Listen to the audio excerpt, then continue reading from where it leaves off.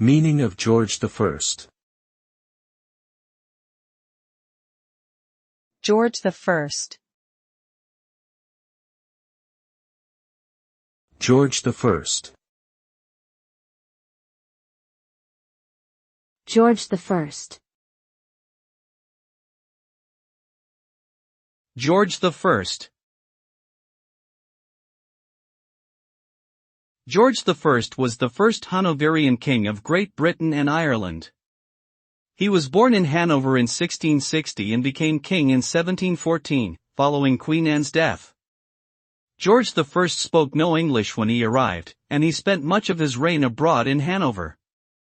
His reign was marred by political scandals, including the South Sea Bubble financial crisis. Despite this, George I managed to preside over a period of relative stability and economic growth. He died in 1727 and was succeeded by his son, George II.